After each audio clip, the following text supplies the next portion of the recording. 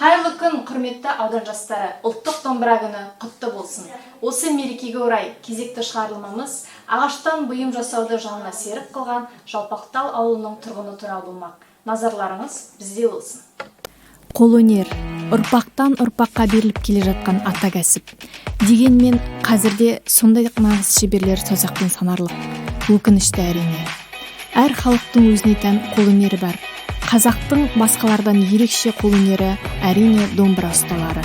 Ендеше осындай жанды сіздерге таныстыруға ұйғардық. Мадияров Сайран Ғабитұлы 1989 жылы 12 сәуірде Красный партизан қазіргі Ақбатер ауылында дүниеге келген. 1996 жылы мектепке қабылданып, 2007 жылы Ақбатер жалпы білім беретін мектебін бітірді. 2010 жылы Құрманғазы саз колледжін ағашты көркемдеу мамандығына бітіріп шықты. Сол жылдың күзінде әскерге қабылданып, азаматтық борышын өтеп келген. 2012 жылдан бері Жалпақтал балалар өнер мектебінде қызмет етіп келеді. Ендеше ағаштан бұйым жасауды жанына серік қылған Сайран Ғабитұлымен сұхбатымызды қабыл алыңыздар. Қайырлы күн, Сайран Ғабитұлы. Сізге алғашқы сұрағымыз осы салаға домбыра жасауға деген қызығушылығыңыз қашан оянды және қашаннан бері осы саламен айналысып келесіз? Қайырлы күн. Мен жалпына мектепті бітір 2007 жылы мектепті бітіріп, Оралдағы Құрманғазы саз колледжіне оқуға түскен болатын. Сондағы ұстазым Аслан Серікбайұлы осы өзіміздің өңірдің азаматы осы Орал қаласында саз колледжінде сабақ береді екен. Соның домбыра жасап жатқанын көріп, өзім қатты қызығып, содан домбыраны жасауды үйретші деп өтінген болатын. Сол 2007 жылы оқуға түскеннен бастап домбыра жасауды айналысып келе жатырмын. Енді бізге домбыраның жалпы құрылысы және дейтін қандай түрлері бар, сол туралы айтып кетсеңіз. Жалпы енді домбыраның көптеген түрлері бар, 40-тан астам түрі бар деп зерттеген. Енді оның ішінде дейтін домбыраның қазір өңірлерге байланысты бөлінеді. Шертпеге, төкпеге дейтін өңір мысалшын дейтін. Оңтүстік жақтағылар мысалға шертпегелерге, біздерде төкпегелерге соған байланысты бөлінеді. Және жырауға, термешілерге, күйшілерге деп бөлінеді. Домбыраның сондай түрлері бар. Жалпы өзінің домбыраның 40-тан астам түрі бар негізінен. Сіз өзіңіз жасайтын қанша түрі бар? Өзіңіз қанша түрін жасап көрдіңіз осы кезге дейін? Домбыраның түрін дегенде мына жалпы жаңа айттым ғой, неге жыршыға және термешілерге арналған екі түрі бар, негізгі түрі. Сол түрлерін жасадым, жаңағыдай. Оны көрсете кетейін. Міне мына жерде мысалы үшін жыршыларға, нелерге арналған, өлең айтатындарға қолтыққа қысып айтуға арналған қалақ домбыра дейді. Оны енді жаңағындай жыршы термешілер көп біледі оны. Енді мынандай домбыралар бар, оны дейтін тенор домбыра дейді. Ол осы түрін. Сосын және оның тенор және қалақ домбыра деп бөлінеді, және дейтін оның материалына қарай тағы бөлінеді. Оның материалы дегеніміз жаңағындай біреу ойып жасалу технологиясына қарай бөлінеді. Біреу ойып жасалады, және мынандай құрама жасалады. Мына құрама жасаған түрін көрсетіп берейін мына жерде.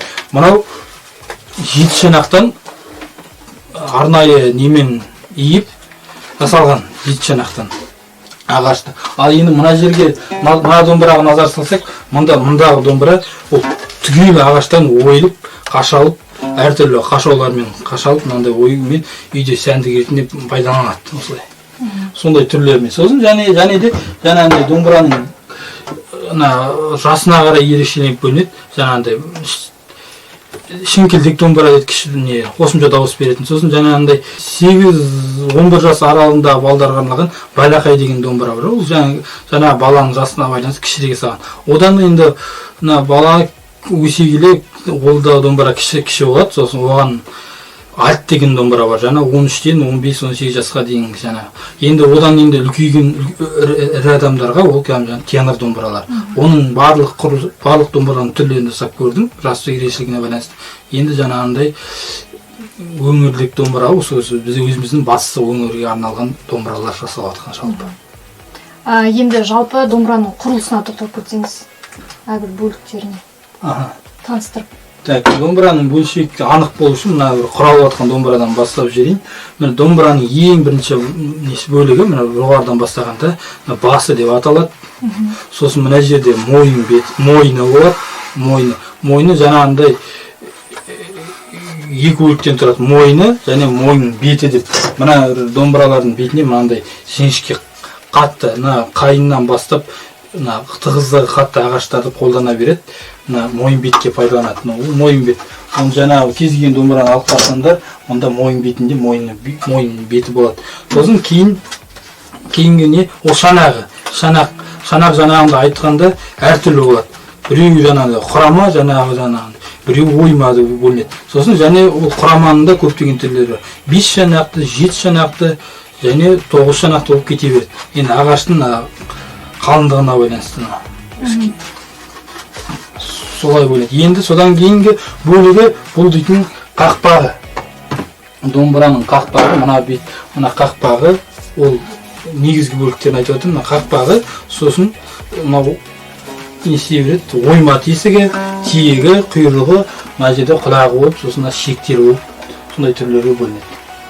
Енді мен мына жерде сіздерге жасау жолын көрсетіп берейін, кішкене бөлігін. Бізде осы орайда сұрақ туындап тұр. Ең бірінші домбыраны жасауда не нәрсеге мән беру керек? Енді домбыраны жасау жолындағы көптеген нәрселерге мән беру керек. Соның ішінде ағашын бірінші дұрыс таңдау керек, дұрыс кептіруден басталады. Мысалы үшін 3 жылдан көп уақыт кептіру керек деген сияқты. Және мына шанақ бөлігі мен қақпақ бөлігінің бір-біріне үйлесімділігі. Кейбір домбыра жасаған кезде шанағына қақпағы үйлеспей жатады. Және қалыңдығы келмей жатады. Сол бір домбыраға мысалы үшін 5-6 рет қақпақ салатын жағдайлар болады. Оны ауыстырып көреміз. Сосын кейін тәжірибе жинағаннан кейін сол жаңа шанаққа қандай қақпақ керек екен уже меңгеріп бастайсыз.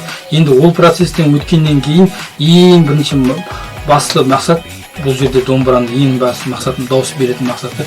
Мына домбыраны жаңа айттық, мойын беті, мынандай көрсеттік, мына бетінде тұратын мойын беті. Соның мына айнадай болып тегіс болуы. Яғни мына пернені басқан кезде келесі перненің бір-біріне дұрыс бөлмеуі, тимеуі яғни. Соған өте қатты мән беру керек. Соны дұрыстап тегістей алу керек. Жақсы. Онда жасау жолына назар аударайық. Мынау енді біздің құрап бастап қойған тенор домбырамыз. Мынандай стандартты домбыра. Соның мынандай басын жабыстырып алғанбыз, дайындап мойынға. Енді соның жаңа айттық, домбыраның ең бірінші мақсаты мойын бетін тегістеу деп. Мойын бетін тегістеу деп, сол мойын бетті мына жатқызатын бірінші орнын тегістейміз. Басын мына жерін алып тастаймыз. Оны мынандай мойынмен сызғышты тегіс ұстап. Түсіндіріп айтып мына бір нені, мына кескен немізді енді сүргімен, алдымен кейін мына үлкен сүргімен тегістейміз. Мына бір бойда қыламыз. Тегіс шықпаса дауысы шырақты. Жаңағындай тегіс шықпаса дауысқа қосымша дыбыстар пайда болады. Ол уже домбыраның сапасын бұзады деген сөз. Құм қағазбен бетін тегістейміз. Бір домбыраны жасап шығуға қанша уақыт кетеді? Бір домбыраға тұрақты сөйтеді. Отырған кезде бір жұма уақытын жасау болады. Жасап бітіруге бір жұма ішінде. Ағашы материал бәрі дайын болған жоқ. Жасауға негізі қандай ағаштар қолданылады? Домбыра жасауға негізі осы қатты ағаштар, және қайыннан бастап барғатай қатты ағаштар бар, үйеңкі қайын деген мысалы. Емен, қызыл ағаш деген сияқты. Енді мен өзім көбіне қолданып жүрген ағашым қайын ағашы және үйеңкі ағаш. Осы өзіміздің өңірдің ағаштарына пайдаланып. Осы кезге дейін қанша домбыра жасап шықтыңыз шамамен? Или нақты сан білесіз бе? Домбыраны нақты жасағанын білмеймін. Кейде демалыс кездері болады, өзім демалған уақыттар. Енді қайынша жасағанын білмеймін. Тапсырыспен істейсіз бе? Тапсырыс қабылдаймыз қазір сол. Тапсырыс жасаймыз. Енді айттық, мойынның негізгі домбыраның мән беріп жасайтын жері осы мойын беті, мойынның беті. Мойынның жалпы домбыраның тегістігі мына жерде тегіс ағашпен ғана осыны тегіс болып тұру керек. Енді оның бетіне, мынаның мойынның бетіне жаңа домбыраның түрлерін айтқан кезде жаңа таныстырған болатын мойынның беті деген мойынның қақпағы болады. Жаңағыдай қатты ағаштан салынады. Мынау жаңа бізде бук деген ағаш. Осыны мойын беті қылып жабыстырамыз осының бетіне. Мына жерде көрсетіп кетейін. Арнайы осы домбыра жасауға ағаш кілейдегі арналған домбыра. Алматы, Қарағанды жағынан алдық бар, заказбен. Жалпы осы кезге дейін шамамен қанша домбыра жасап шыққансыз? Жалпы домбыраның нақты санын білмеймін. Бір 100-200 болады деп есептеймін өзім. Нақты санын білмейді екен. Так, енді жаңа мына жерде желімді жақтық қой ағашты. Енді бір-біріне бекіту үшін жаңағындай бір-біріне ағашты қысып, осы резинкамен байлаймыз. Бұны жаңағындай жіптермен, әртүрлі жіптермен байлауға болмайды. Өйткені мына резинка дейтініміз тұрған сайын ағашты қыса береді, клейді. Ағашты бір-біріне жақсы жабыстырады. Жалпы осы істі үйретіп жүрген шәкірттеріңіз бар ма? Енді өзім үйретіп жатқан шәкіртім жоқ. Бұрын мектептің кезінде үйреткен шәкірттерім болды. Қазір олар 10-11 сыныптың оқушылары. Қазір айналысып жатқан жоқ. Нақты айналысып жатқан оқушыларым жоқ. Енді осы домбырамен өзіме арнайы орын дайындап, сосын тұрақты түрде айналысқасын қасыма біреу немесе екеу бір көмекші алсам, соларды шәкірт қылып тәрбиелейтін ойым бар. Екі ағаштың бір-біріне біреуі қанша уақыт алады? Енді бұл желімді таңдауға байланысты. Біздер жаңа айттым, осы желімді пайдаландық. Мынаны где-то бір 2 сағат көлемінде кетіреміз. Жалпы отбасыңызда осы қолөнермен айналысатын жандар бар ма? Қабілет кімнен дарыды?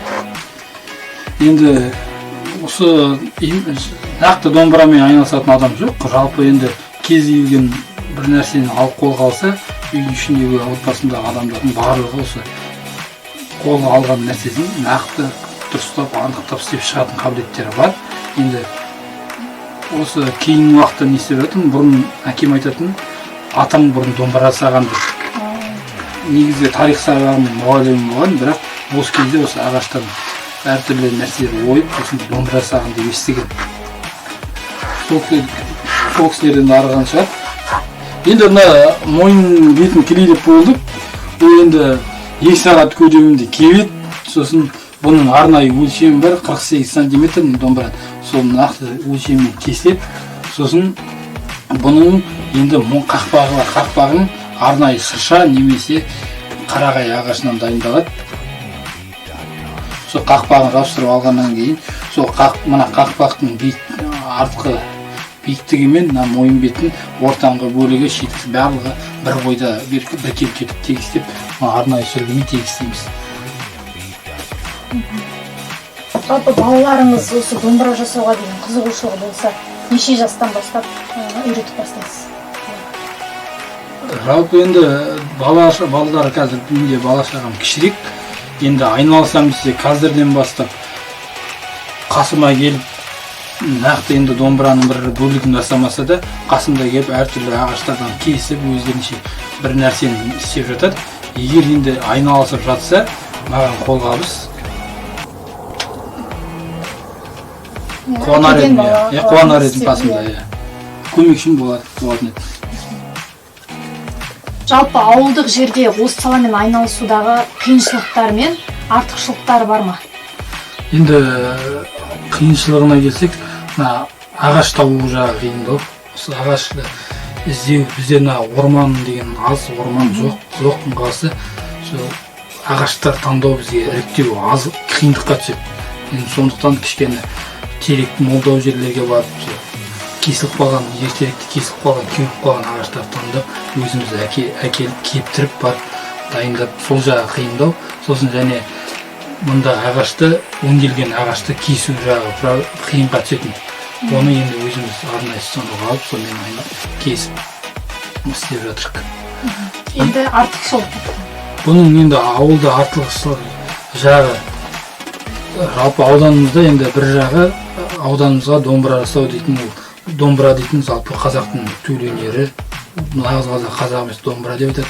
Сол домбыраны осы ауылдық жерге насихаттау болыпты біріншіден. Соған өзім осы домбыра жасап, осы жастарға насихаттап жүргеніме қуаныштымын өте. Осы сұхбатымыздың соңында сізден жастарға деген кеңес сұрайын деп едік. Тілек болса сізден. Енді кеңес дегенде біздің жалпы батыс өңірінде және өзіміздің ауданымызда домбыра жасаушылар, қолөнершілер негізі аздау. Сол дамыса екен деген тілек бар. Әр мысалы жастар осы саланы таңдап үйренейін десе, келіп үйретуге есігім ашық. Келіп өзім тәжірибе жинайын, үйренейін деген жастар болса, оны үйретуге әрқашан дайын. Осы біздің қолөнеріміз дами түссе, әр ауданымыздың әр өңірінде дамыса, біздің ата-бабамыз өнері ары өрлері. Сайран Ғабитұлы, сізге осы бүгінгі сұхбатқа келіскеніңізге көп рахмет. Сізге шығармашылық қабілетіңіз арта берсін деп тілейміз, және алға қойған мақсаттарыңызға жете беріңіз. Осы істі ары қарай жалғастыра, шәкірттеріңіз көп болсын. Сіздерге де көп рахмет, сіздерге де шығармашылық табыс тілеймін.